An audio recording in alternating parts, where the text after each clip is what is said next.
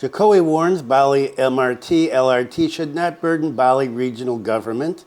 And Megathrust earthquake caution renews calls for robust risk mitigation. And also going to talk about the Ubud fire. Stay tuned for details on these and other stories.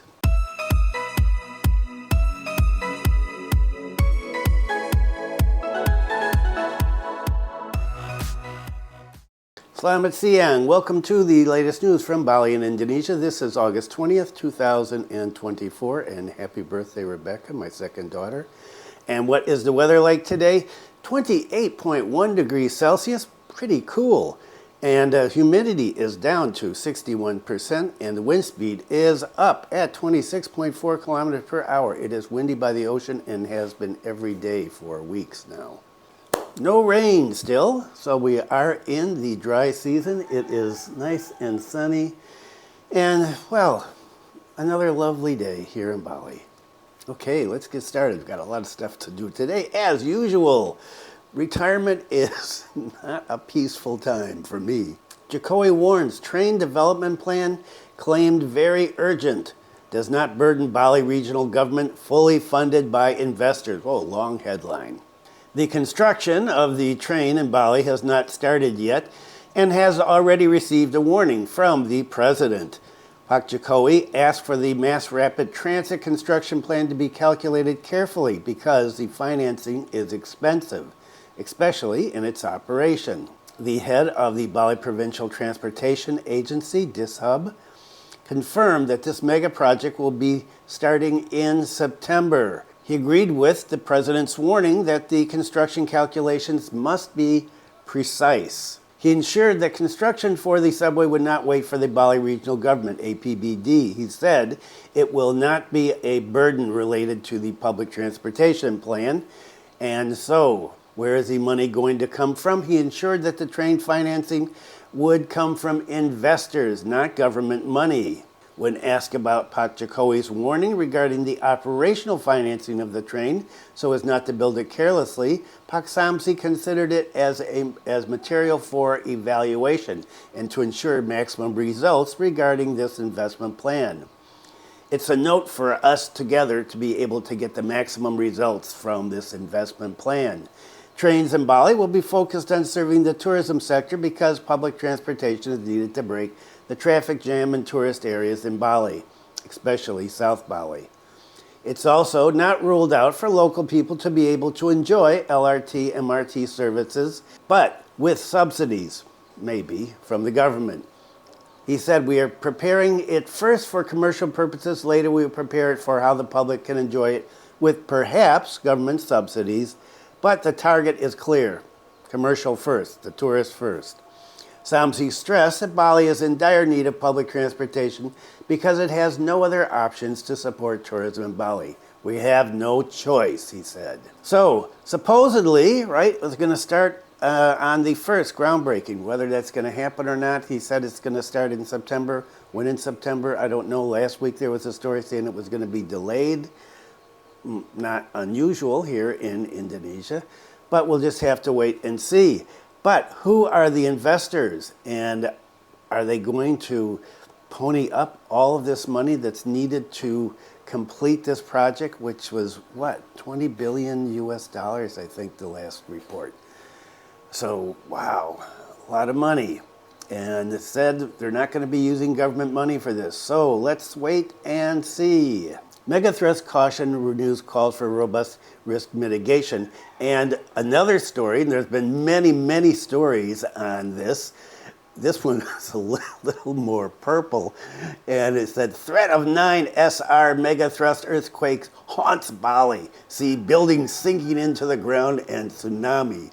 Wow. So the Jakarta Post article on this was considerably less hysterical than some of the articles in other news sources.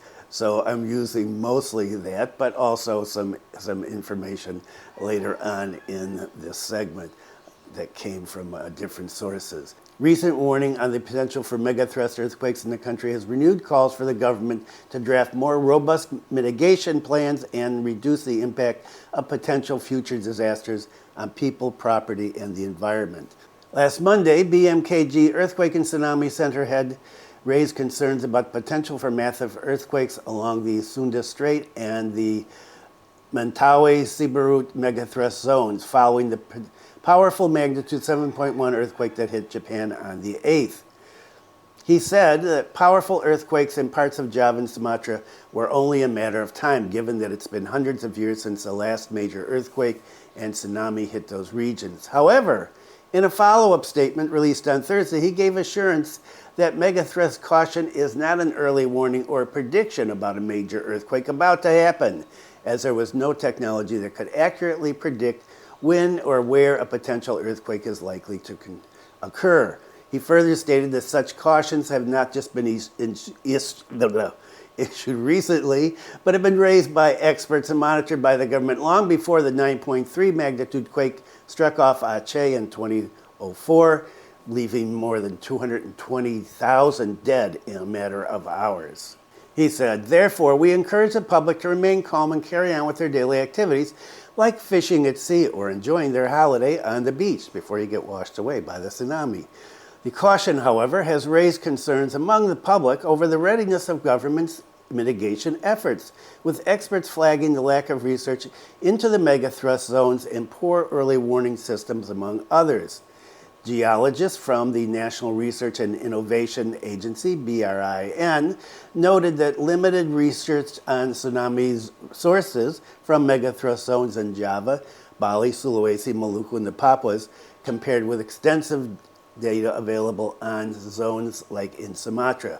He said, if we don't know the location, magnitude, and frequency of potential tsunami sources, it becomes challenging to prioritize which areas require more urgent mitigation efforts. He said this lack of information has contributed to a lack of proper evacuation shelters in Anyar and Banten, Jakarta, and the south coast of Java and Bali. In 2008, the government launched Indonesia's tsunami early warning system to monitor potential tsunamis across the country. However, while the system can detect underwater earthquakes, it lacks the capacity to detect other critical indicators such as changes in sea level. Shelters for tsunami evacuation are also lacking or are sometimes built with inappropriate structures. He cited an example of shelters in Lombok that were destroyed in the 2018 earthquake. Not to mention, he said, the sudden panic by the public when they hear of a potential tsunami, which also indicates a gap in disaster awareness and mitigation knowledge. Government Mitigation National Disaster Mitigation Agency, BNPB, said, on the other hand, that the agency has made mitigation efforts on 12 megathrust zones across the archipelago, all of which have the potential to cause earthquakes depending on each seismic period. Among the key mitigation actions officials have prepared are disaster hazard and risk maps available through the INA-Risk online platform, which I just tried to access and I couldn't, which provide comprehensive data on the buildings and populations that could be affected by a disaster, along with evacuation routes. The agency has further created tsunami risk maps for over 108 villages within the quake-prone zones, which will continuously be updated to serve as a mitigation guideline. As for temporary shelters, he said that the agency's main focus was not on building new shelters, but making more feasible and economic alternatives like using existing buildings. They are also planting mangroves along the coastline to break up tsunami waves. He continued, the government cannot just spend trillions of rupiahs to build new shelters when facing a megathrust threat. And it turns out that the tsunami doesn't occur for the next 100 years. So what we have to do, he said, is reduce the impact of disasters by planting mangroves. When it comes to building earthquake-resistant houses, he urged the public to be more responsible for their own property and not rely solely on the government. The most vulnerable structures during disasters are residential buildings, he said. But there's no way the government is going to restructure the millions of houses that already exist, because how long would that take? There are affordable measures the public can take, like building quake-proof structures by wrapping wire around the building foundations, which, he said, can protect buildings from earthquakes up to a magnitude of 8. I'm wondering how that works. The National Standard Agency, BSN, has also set Indonesian national standards, SNI, for earthquake-resistant construction and high-risk building. However, he noted that the regulations have not been made mandatory for residential homes, citing challenges such as a lack of building permits. Right. That happens all the time. And uncertified construction workers. You find the guys that are the cheapest, right? Volcanology and Geological Disaster Mitigation Center had called on each local administration within tsunami-prone areas to set regulations on mitigation measures based on the country's risk map that the agency has drawn up. And how has Bali received this news? We at BPBD are carrying out various mitigation and preparedness efforts, said the head, Made Renton. He appealed to Balinese residents not to panic regarding the BMKG's prediction of a megathrust earthquake. First and foremost, he said, don't panic, because the potential for a megathrust earthquake occurs almost everywhere in the world, not just Indonesia, and especially in Bali, because it's in the Ring of Fire. Okay, don't panic, might not happen, but could happen here in Bali. He advised people not to run outside when a megathrust earthquake occurs. And if you've ever been in a big earthquake, especially around a school, you know what happens there.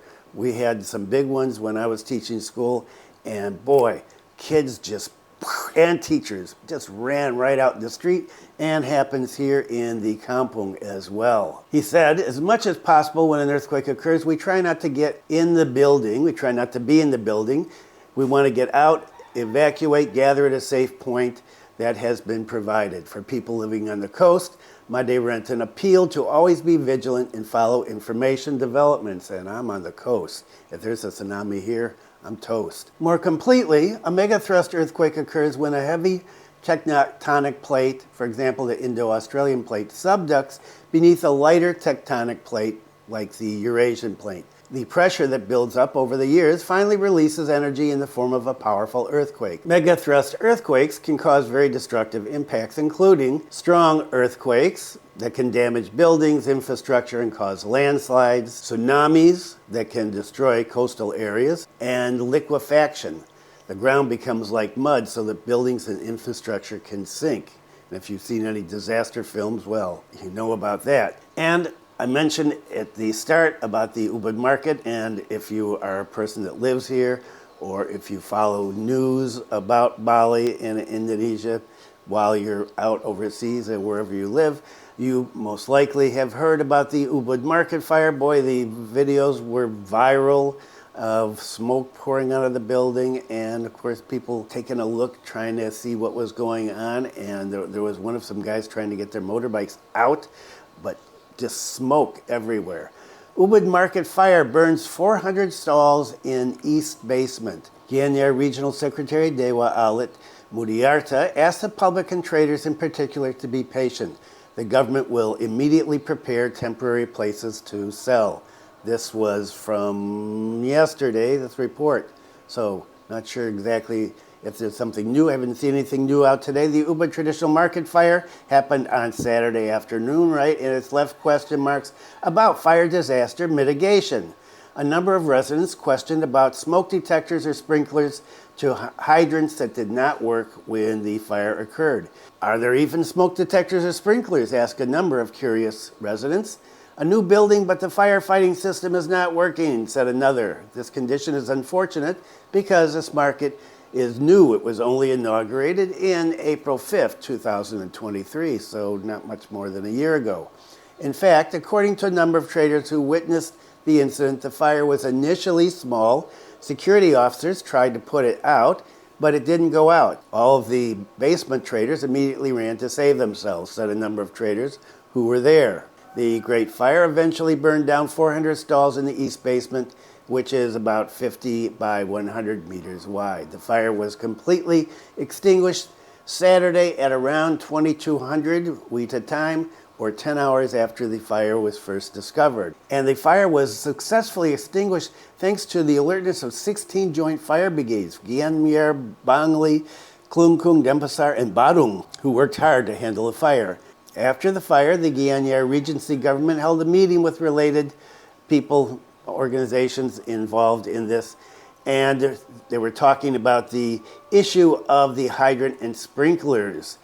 And this was denied that they were not working by the regional secretary of Gianyar. He said that we had a meeting with PUPR service and sat poll and Dis Hub regarding the circulating issue about the hydrant, that it was not working, and he said, no, that is not true. He said, from the testimony of security, the market head, the first thing that happened was that the alarm sounded according to procedure. The sprinkler was also on. Well, we also saw from a video that the hydrant was active and functioning. But the hydrant jammed, allegedly due to a technical problem due to a power outage. When PLN cut off the electricity, there might have been a technical error. The generator also shut down, so the hydrant wasn't working. To investigate the cause of the fire, the Guiana Regency government entrusted it to the authorities, in this case, the Guiana police and its ranks. We are waiting for the results of the crime scene investigation from the police, he said. Meanwhile, other agencies were deployed to conduct studies and data collection on the number of stalls and affected traders. And information that came out this morning said the preliminary investigation points to an electrical overload in one of these stalls, and it mentioned the stall number and the person's name, which I'm not going to do because it's not definite. This is preliminary result. Regional Secretary Alit Mudiarta asked the public and traders to be patient. He said, there will be temporary places to sell. The team is working on it. Regarding losses, the data collection is still being carried out, including the actual number of motorcycles that were burned. Not all motorcycles have been recorded. We're waiting for information from the police. This is a disaster, he said. Whatever SOP we have to do, we'll definitely do it. In the meantime, give the police the opportunity to investigate. And there are lots of videos online if you want to see them. A lot of smoke out, but tourists seem to just keep moving around. I don't know. Okay, and one final story, and this is about Komodo. You remember back, I don't know how long ago it was, a month ago, 2 months ago, I was talking about the possibility of shutting Komodo down, the Komodo National Park, for a few months or a half a month or a year, or parts of it. Well, new information on that, because apparently the people in charge are not happy. BTNK offers Komodo National Park to be closed 1 day a week. The head of the Komodo National Park office and the director of utilization of environmental services for conservation areas conducted a socialization the other day on a plan to close Komodo National Park from tourism activities. And they emphasized that there would be no permanent closure or long-term closure of the park. They suggested a 1-day closure once a week. However, this proposal is not based on the results of any study. Currently, the plan to close TNK is still being studied by academics. Hendrikus said the socialization was to straighten out information circulating wildly in the public regarding the plan to close it. According to him, the plan to close TNK that's been discussed by the public is not the same as what they've come up with. He said this closure scheme that you all envision, which is long-term, 1 year or 1 month or 6 months, is not my imagination. The concept we discussed in various forums is maybe once a week to give the park opportunity to rest. Pak Hendrikus explained the closure of TNK in the context of the ecosystem recovery or rescue. He said that this is done throughout the world for these kind of parks. He said this is necessary for the ecosystem. He said almost 90% of tourist visits to Labuan Bajo are visits to Komodo Island. He said the pressure on the area is very high. To reduce the pressure, some have proposed implementing carrying capacities by limiting visits. This proposal, he said, is good, but it needs to be studied. And the closure is necessary so nature can rest and the orientation of tourism activities can be shifted to the mainland, because the local government already has a program over there to revive tourist villages. And so he said we should support it. There has to be policy intervention in this case. Hendrikus said that when the closure is carried out for 1 day a week, the time can be used by BTNK, tourism actors, and other partners to clean up trash in the waters or repair facilities there. Meanwhile, the plan to close 1 day a week is a proposal only at this point. They're waiting for results of the study. The socialization was done because they feel that there are lots of reports in the press making people panic, worrying that Komodo is going to be closed on a long-term or permanent basis. And at one point, he blamed the press for this and kind of went on and on about the press, attacking the press. One of the journalists pushed back, and at that point, then he apologized and said, sorry, I didn't mean to insult anybody. Participants at this forum generally accepted the offer of closing one day a week. Some suggested a closing day be set by a week, so let's say on Sunday, for example, or Tuesday. However, there were also those who proposed that the schedule for the closing day in a week be made random, not closed on the same day, because if the day is determined, tourists will not visit Labuan Bajo on that day. And wow, I can see that being really popular with tourists. So you go to Labuan Bajo because you want to go to Komodo, and you've got a couple of days there, and you find out that Komodo's closed on the day you're there. Oh, too bad. I don't know how that's going to work out in terms of popularity with tourists. And there are also people that suggest that the one-day weekly closure not be implemented in all areas. You could close some areas and keep others open and rotate them. Responding to these various proposals, BTNK has not been able to decide at this point, and everyone is waiting for results of the study, which is targeted to be completed in December. So we're just going to have to wait until the results of the study come out in December. If you can hear that, I'm just finishing up now. There's a wedding in the neighborhood, and so this is the background music. We'll find out what's going to happen in Komodo in December, and there were a lot of reports, more deportations of people for overstaying their visas, for working illegally, and well, a couple of women arrested on the suspicion of being prostitutes, and some people building illegally in Bali and working illegally. So that kind of stuff is still ongoing. Okay, thanks for viewing. Be kind to someone today. Stay safe. And I will see you next time.